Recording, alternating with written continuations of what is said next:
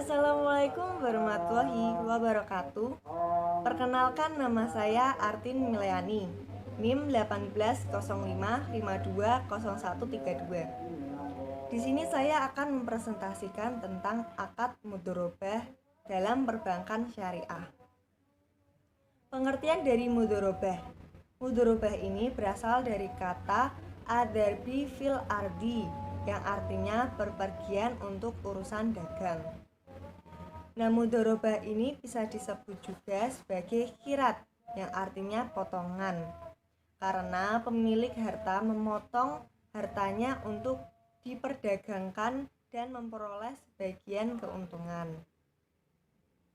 Kemudian ada pengertian akad mudharabah secara teknis, yaitu akad kerjasama usaha antara si pemilik dana dengan si pengelola dana untuk melakukan suatu kegiatan usaha.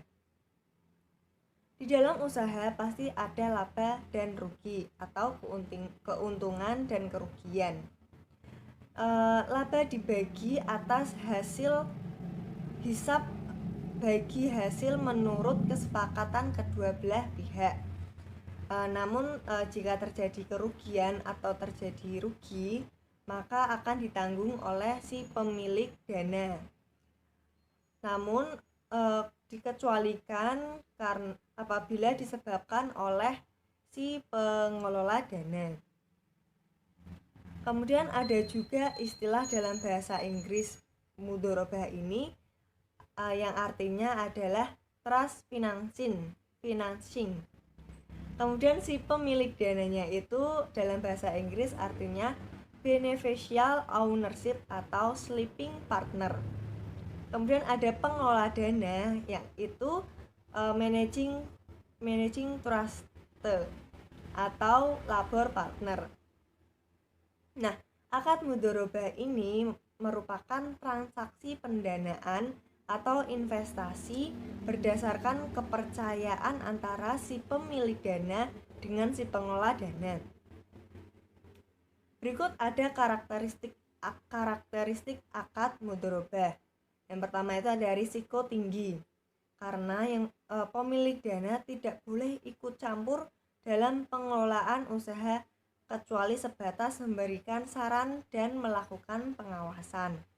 Kemudian informasi usaha juga dipegang oleh si pengelola dana dan pemilik dana hanya mengetahui informasinya secara terbatas. Kemudian yang kedua itu ada pembagian risiko.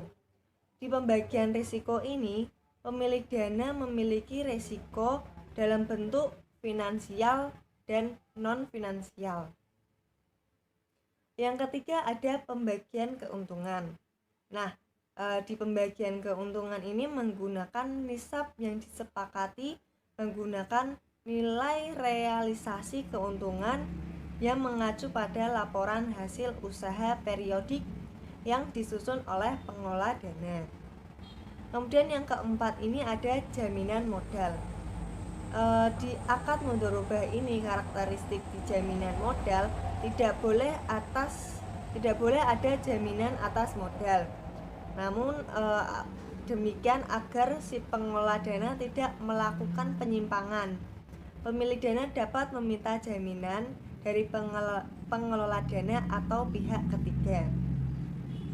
Nah, jaminan ini hanya dapat dicairkan apabila si pengelola dana ini mengalami kesalahan karena disengaja atau lalai atau melakukan pelanggaran yang telah disepakati bersama saat akad.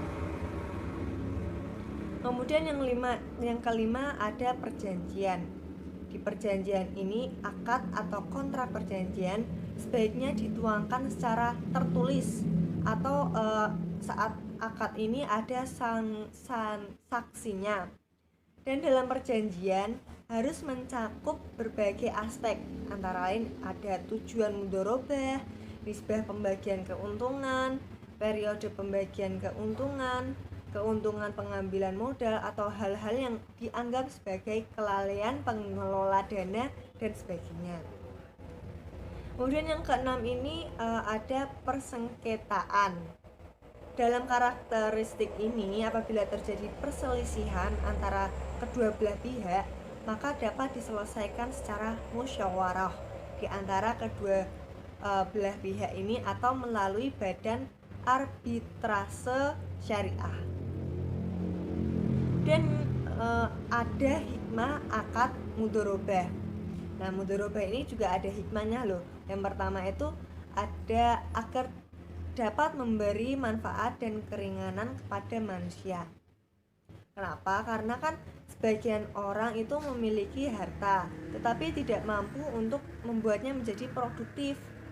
Terus ada pula orang yang tidak memiliki harta, tetapi ia mempunyai kemampuan untuk memproduktifikasikannya hartanya. Nah, dengan akad mudharabah ini dapat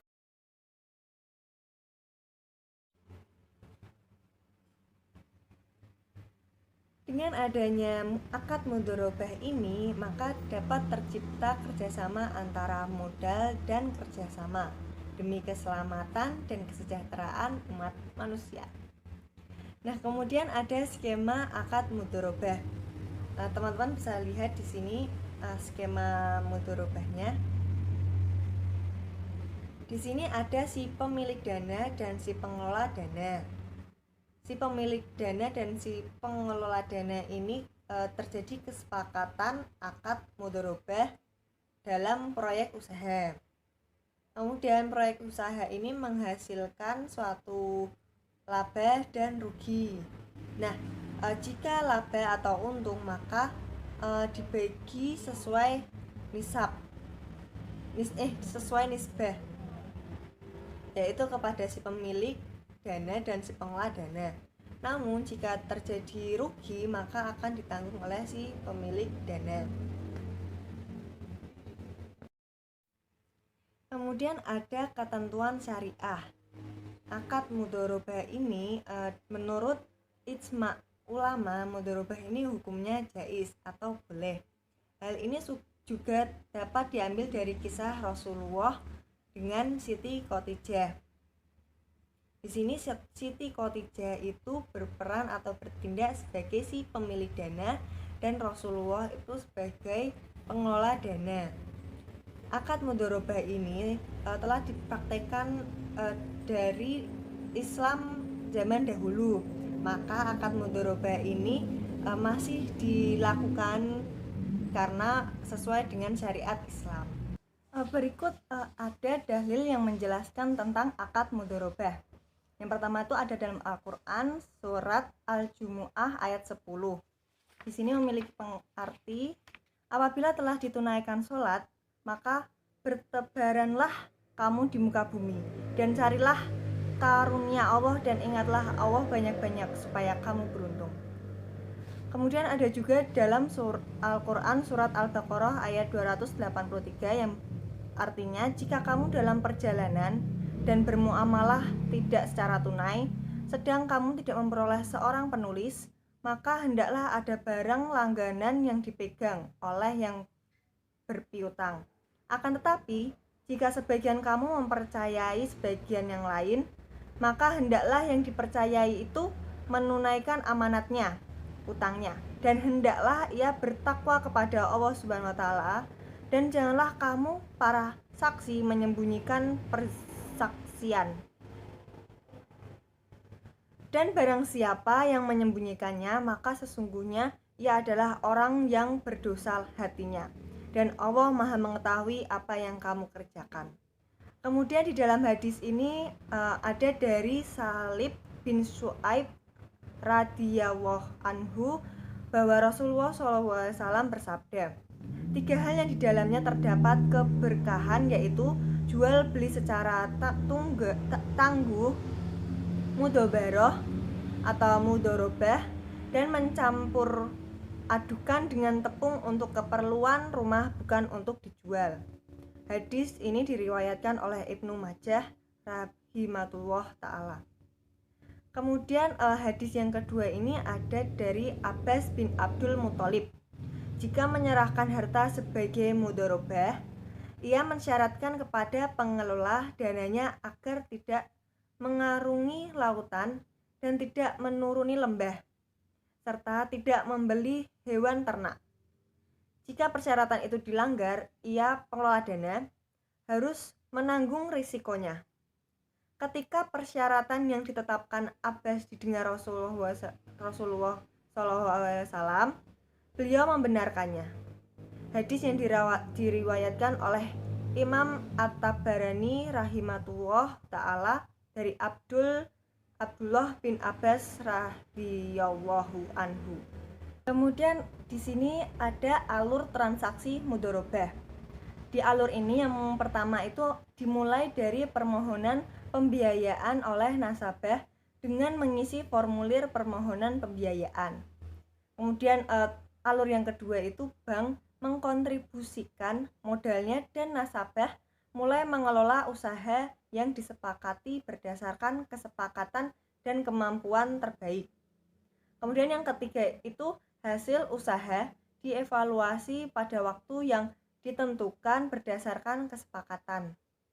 Yang keempat, bank dan nasabah menerima porsi bagi hasil masing-masing berdasarkan metode perhitungan yang telah disepakati.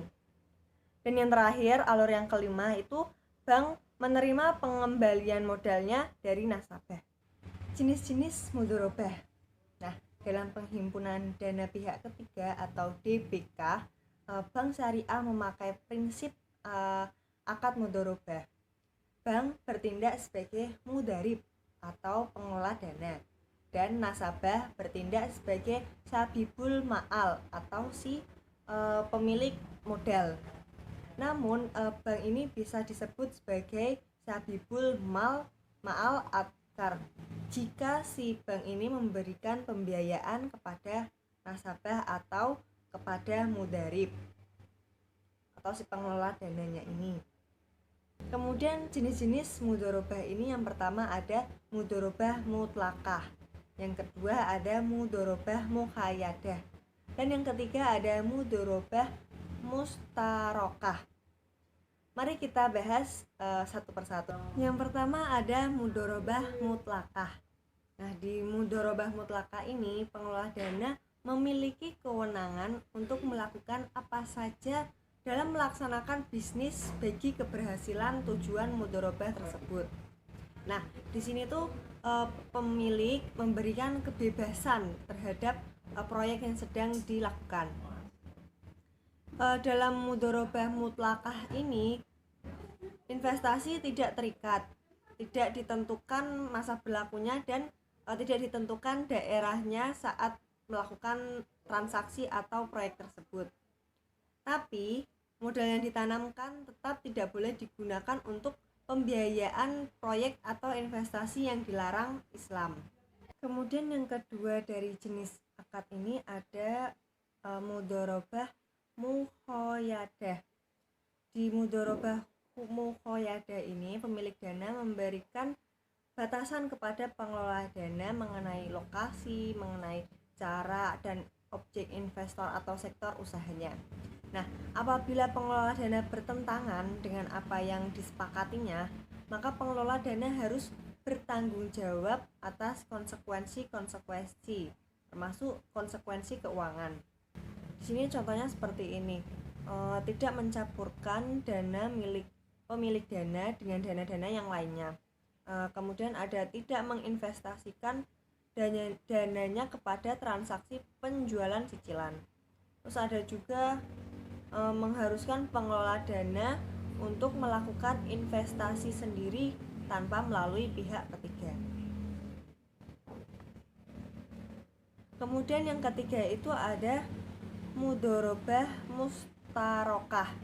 Di mudharabah mustarokah ini merupakan perpaduan antara akad mudharabah dan akad musyarakah. Di sini dimaksud sebagai pengelola dana turut menyertakan modal atau dananya dalam kerjasama investasi. Jadi seperti ini, di awal kerjasamanya itu akad disepakati akad mudzabaroh dengan modal 100%. Nah, dari setelah itu berjalannya operasi usaha dengan pertimbangan tertentu dan kesepakatan dengan pemilik dana, maka pengelola dana itu ikut menanamkan modalnya dalam usaha tersebut. Nah, ini dianggap sebagai mudorobah mustarokah. Selanjutnya kita akan membahas tentang rukun dan ketentuan-ketentuan syariah akad mudhabaroh. Di sini ada 4. Yang pertama itu ada pelaku. Di pelaku ini ada pemilik dana dan pengelola dana. Kemudian yang kedua itu objek mudhabaroh, yaitu modal dan kerja. Kemudian yang ketiga itu ada ijab qabul. Ijab qabul itu persetujuan kedua belah pihak. Kemudian yang keempat itu ada nisbah keuntungan. Oke, mari kita bahas satu persatu. Yang pertama ada pelaku. Pelaku ini dalam mudhabaroh harus ada minimal 2 orang, yaitu pihak pertama ada pemilik dana dan pihak kedua itu bertindak sebagai pengelola dana. Nah, keduanya itu harus cakap hukum dan balik. Kemudian memiliki kemampuan untuk diwakilkan dan mewakilkan. Kemudian pelaku akad mudhabaroh tidak hanya antara muslim dengan muslim. Jadi saat melakukan akad mudhabaroh ini bisa dilakukan oleh muslim dan non muslim. Kemudian ada pemilik dana tidak boleh ikut campur dalam pengelolaan usaha, tetapi ia berhak mengawasi seperti yang dikatakan di awal tadi. Kemudian yang kedua itu ada objek mudhabaroh. Nah, di objek mudhabaroh itu kan ada 2, modal dan kerja. Yang pertama ada modal. Di sini dijelaskan bahwa modal yang diserahkan dapat berbentuk sebagai kas atau aset non kas yang harus jelas jumlah dan jenisnya. Kemudian ada juga tunai dan tidak hutang. Kemudian ada modal harus diketahui dengan jelas berapa jumlahnya sehingga kita dapat membedakan kalau ada keuntungan. Kemudian ada pengelola dana tidak diperkenankan untuk memudhabarohkan kembali modal mudhabarohnya. Ada juga pengelola dana tidak diperbolehkan untuk meminjamkan modal kepada orang lain. Dan yang terakhir ini dalam modal yaitu pengelola dana memiliki kebebasan untuk mengatur modal menurut kebijaksanaan dan pemikirannya sendiri. Selanjutnya yang kedua itu dalam objek mudhabaroh ada kerja.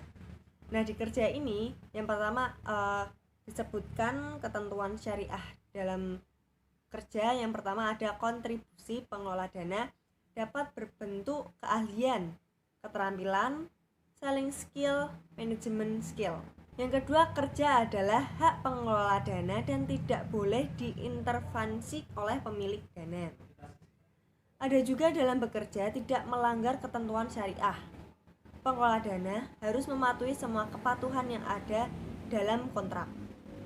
Dan yang terakhir ini dalam objek ada dalam hal pemilik dana tidak melakukan kewajiban atau melakukan pelanggaran terhadap kesepakatan. Pengelola dana sudah menerima modal dan sudah bekerja, maka pengelola dana berhak mendapatkan imbalan atau ganti rugi ataupun upah. Kemudian rukun yang ketiga itu ada ijab qabul. Nah, ijab qabul itu merupakan ekspresi kesepakatan antara pemilik dana dan pengelola dana. Ini dilakukan bersama-sama dengan sifat rela. Pemilik dana harus setuju atas perannya dalam kontribusi dana. Nah, kebalikannya juga pengelola dana juga harus setuju atas perannya dalam berkontribusi untuk bekerja proyek tersebut. Nah, di akad ini dapat dituangkan secara lisan, tertulis, melalui korespondensi, atau menggunakan cara-cara komunikasi yang modern. Terus di ijab qabul ini akad tidak boleh dikaitkan dengan suatu kejadian di masa depan yang belum pasti. Dan yang terakhir di rukun dan ketentuan mudhabaroh ini ada nisbah keuntungan. Dan nisbah sendiri itu memiliki pengertian besaran yang digunakan untuk pembagian keuntungan. Nah, pengelola dana mendapatkan imbalan atas kerjanya, sedangkan pemilik dana dapat mendapatkan imbalan atas penyertaan modalnya. Nisbah keuntungan harus diketahui dengan jelas oleh kedua belah pihak. Karena jika dalam akad tidak dijelaskan, maka pembagiannya akan menjadi 50% 50% atau seimbang. Selanjutnya kita akan membahas tentang berakhirnya akad mudharabah. Dalam hal mudharabah ini dibatasi waktu, maka mudharabah berakhir pada waktu yang telah ditentukan.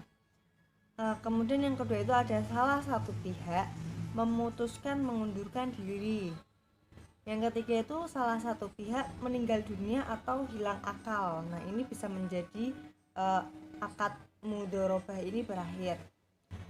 Kemudian yang keempat itu pengelola dana tidak menjalankan amanahnya sebagai pengelola usaha untuk mencapai tujuan sebagaimana yang dituangkan dalam akad. Nah, sebagai pihak yang mengemban amanah kan seharusnya ia beriktikad baik dan hati-hati, ya kan.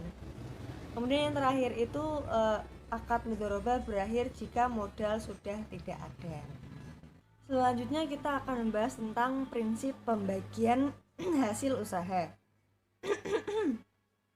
Nah, dalam pembagian hasil usaha mudharabah ini dapat dilakukan berdasarkan prinsip bagi hasil atau revenue sharing, atau bisa menggunakan bagi laba atau profit sharing. Nah, jika berdasarkan prinsip bagi hasil atau revenue sharing, maka dasar pembagian usahanya itu laba bruto atau gross profit, bukan total pendapatan usaha atau omset. Nah, sedangkan dalam prinsip bagi laba, dasar pembagiannya itu laba neto atau net profit, yaitu laba bruto dikurangi beban yang berkaitan dengan pengelolaan modal mudharabah. Adapun ketentuan bagi hasil ini telah ditetapkan berdasarkan PSAK 105 par 34.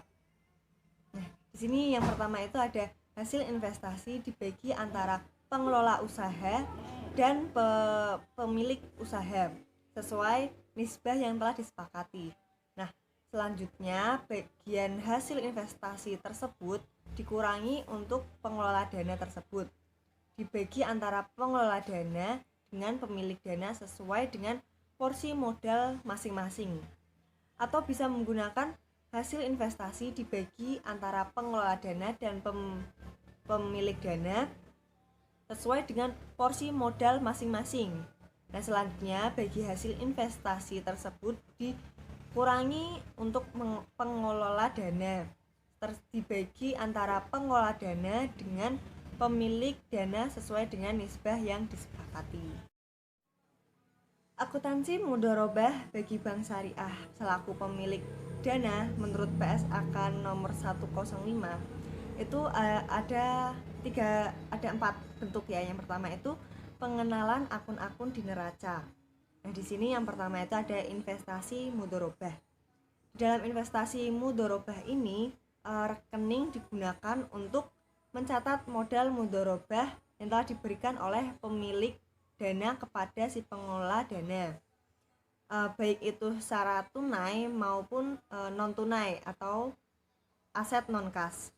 Nah, rekening ini didebit jika penyerahan modal mudharabah dari pemilik dana kepada si penerima dana atau pengelola.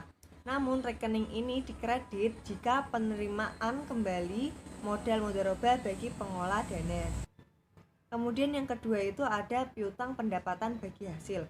Rekening ini digunakan untuk mencatat bagi hasil yang telah dihitung oleh nasabah tetapi belum diberikan kepada bank syariah sebagai pemilik dana. Nah, rekening ini didebit jika pengakuan pendapatan, namun dikredit apabila penerimaan atau pembayaran bagi hasil diterima oleh pengelola dana atau bank syariah tersebut. Kemudian yang ketiga itu ada penyisihan kerugian investasi mudharabah. Nah, di sini itu rekening digunakan untuk mencatat pembentukan penyisihan atau cadangan kerugian atas investasi mudharabah. Di rekening ini dikredit apabila saat pengakuan untuk membentuk penyisihan kerugian atas investasi mudharabah. Namun di debit pada saat dilakukan pencatatan untuk penghapusan investasi mudharabah. Kemudian yang keempat itu ada keuntungan mudharabah tangguhan. Di rekening ini digunakan untuk mencatat selisih dari hasil nilai wajar di atas nilai tercatat dari aset non-kas yang diserahkan. Rekening ini dikredit pada saat pembentukan keuntungan mudharabah tangguhan, namun didebit pada saat dilakukan amortisasi keuntungan tangguhan menjadi keuntungan yang dapat direalisasi. Yang pertama, pendapatan bagi hasil mudharabah. Rekening ini digunakan untuk mencatat pendapatan bagi hasil mudharabah. Nah, baik diterima secara tunai maupun akrual. Rekening pendapatan bagi hasil ini bisa dikredit pada saat penerimaan dan pengakuan pendapatan bagi hasil yang menjadi hak bagi pemilik dana. Rekening ini didebit pada saat dipindahkan ke rekening ikhtisar laba rugi pada saat akhir periode laporan keuangan. Yang kedua itu kerugian investasi mudharabah. Nah, rekening ini digunakan untuk mencatat kerugian yang timbul pada saat investasi mudharabah ini. Di sini bisa disebabkan karena kehilangan, kerusakan, atau penurunan nilai sebelum usaha dimulai dan bukan pada saat ada kelalaian ataupun kesalahan pengelola dana. Nah, rekening ini didebit pada saat timbul kerugian dan dari investasi mudharabah dan dikredit pada saat dipindahkan ke rekening ikhtisar laba rugi pada akhir periode laporan keuangan. Kemudian yang ketiga itu ada keuntungan atau penyerahan aset mudharabah. Rekening ini digunakan untuk mencatat keuntungan mudharabah atas penyerahan modal aset non-kas sebesar amortisasi keuntungan tangguhan. Rekening ini dikredit pada saat amortisasi keuntungan tangguhan dari penyerahan modal aset non-kas dan didebit pada saat dipindahkan ke rekening ikhtisar laba rugi di akhir periode laporan keuangan. Selanjutnya, akuntansi mudharabah bagi bank syariah selaku pemilik dana dalam PSAK nomor 105. Yang ketiga ada pengakuan dan pengukuran. Di pengakuan dan pengukuran ini ada 3. Yang pertama itu pengakuan dan pengukuran investasi mudharabah. Yang kedua, pengakuan dan pengukuran pendapatan bagi hasil. Dan yang ketiga itu ada pengukuran dan pengakuan pada saat akad berakhir. Kemudian yang keempat itu ada penyajian dan pengungkapan. Kemudian dalam penyajian dan pengungkapan ini, penyajian sendiri itu pemilik dana menyajikan investasi mudharabah dalam laporan keuangan sebesar nilai tercatat. Kemudian dalam pengungkapannya itu pemilik dana mengungkapkan hal-hal terkait transaksi mudharabah tetapi tidak terbatas pada saat isi kesepakatan utama usaha mudharabah seperti porsi modal usaha, nisbah bagi hasil, aktivitas usaha mudharabah dan lain-lainnya.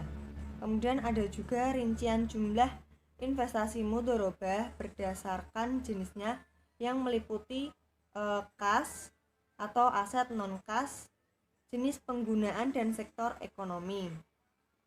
Ada juga jumlah investasi mudharabah yang diberikan kepada pihak yang mempunyai hubungan istimewa. Itu terdapat dalam PAPSI tahun 2006.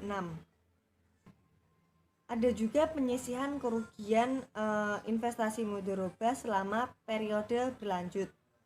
Dan yang terakhir itu pengungkapan yang diperlukan sesuai PSAK nomor 101